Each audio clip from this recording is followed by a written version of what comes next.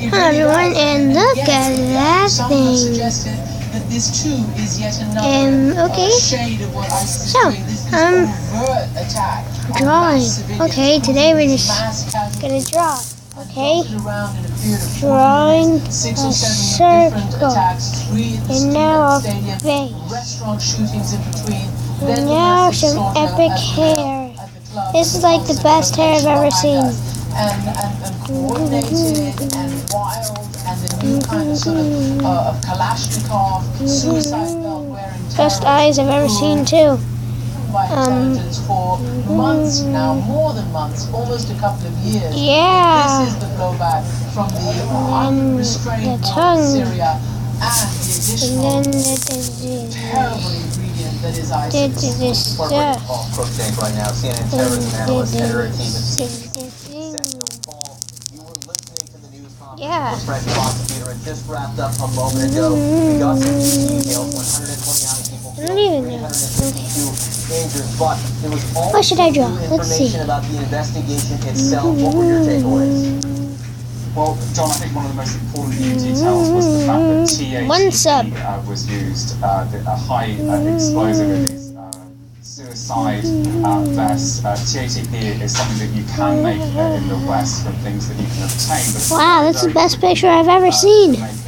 All the Islamist terrorist cases, the people who've managed to make it actually got training overseas. So I think this very much is consistent with this being ISIS, with there being training somewhere like Syria for this attack. The other significant thing is that back in January, with that terrorist plot that was thwarted in Belgium, they had, in that case, all the substances necessary to make TATP. They were planning to make exactly the same kind of explosives. And we've now seen raids in that same neighborhood in Belgium, Molenbeek in Brussels, where those plotters were residing back in January. I think this brings up the possibility that the Paris attacks were perhaps almost a part two of that initial terror plot that was thwarted in Belgium in January. They'll be investigating all of that. But given the fact that a French national who was residing in Belgium, in Molenbeek, the very same neighborhood as those followers back in January, has now been arrested, I think that's a very significant new detail, guys. And we're still trying to figure out, and we don't know yet, how many, if any more foreigners were involved. But clearly what you're talking about, the TATP, the ability to manufacture this in a homemade fashion, goes to the heart of what President Hollande said this morning, that this act of war was planned abroad, but had accomplices and was obviously carried out here. Isn't that the ultimate nightmare then, that these people, some of whom went over there, can easily come back using their own passports? And interestingly, hearing Michael Weiss, ISIS people make such a great big show of burning their passports. Michael Weiss was telling us, but the nightmare has been that actually they don't burn their passports, they keep them, and they're able to use them and slip back into these countries. That is the change agent. That is what makes ISIS different from Al-Qaeda, Paul, right? Christian, you're absolutely right. And when you look at the numbers Europe-wide, they're really staggering right now. 6,000 European extremists believe. Those are the best healthy teeth I've ever seen. Oh my gosh. With ISIS, 1,500 believed to And then to Europe. I mean, that's just a staggering figure. And when you look at France, the figure is more than 1,000 believed to have traveled or to be traveling towards Syria. There are more than 250 believed to have returned. And when you look at Belgium, more than 300 who've traveled, more than 100 back. And these numbers are just the ones they know about. And so the extent of the threat is really kind of mind-boggling. And they just don't have the resources to monitor all these people all the time. They can only monitor a fraction of them. Just to monitor just a few suspected terrorists, I'm told, by European security officials, requires more than 100 police. So for when you think of those numbers, the Europeans do not have the resources. and that would be my face.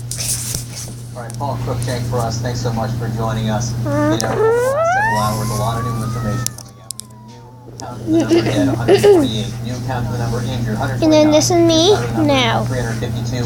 7 terrorists killed.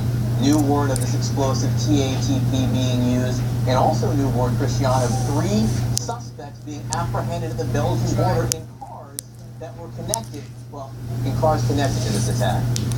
For John Berman, Cristiano Ampur, that ends our coverage of these terrorist attacks. Erin Burnett takes over at the top of the hour. Thank you for joining us from Paris.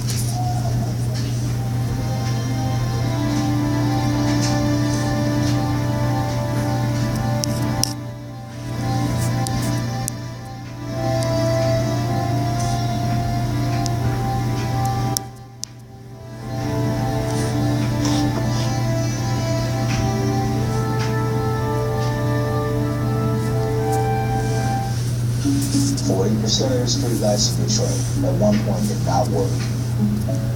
You had some blocks, and you had major thoroughfares, corridors that were just totally pitch black. Those things had to change. We wanted to restore our lighting system in the city. You can have the greatest dreams in the world, but unless you can finance those dreams, it doesn't happen. At the time that the bankruptcy filing was done, the Public Lighting Authority had a hard time finding a bank. The city did not run away from the tail like some other bankers did. The city had to sprint to help us go to the credit markets and raise the money.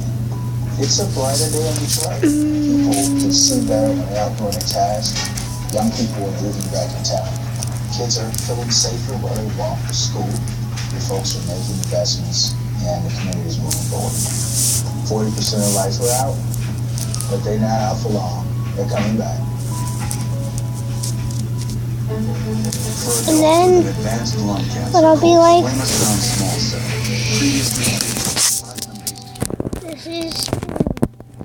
this is 2 subscribers. A chance to live longer with Opdivo, Nivolumab.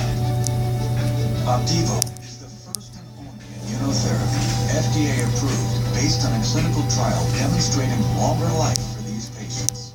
In fact, Opdivo significantly increased the chance of living longer versus chemotherapy.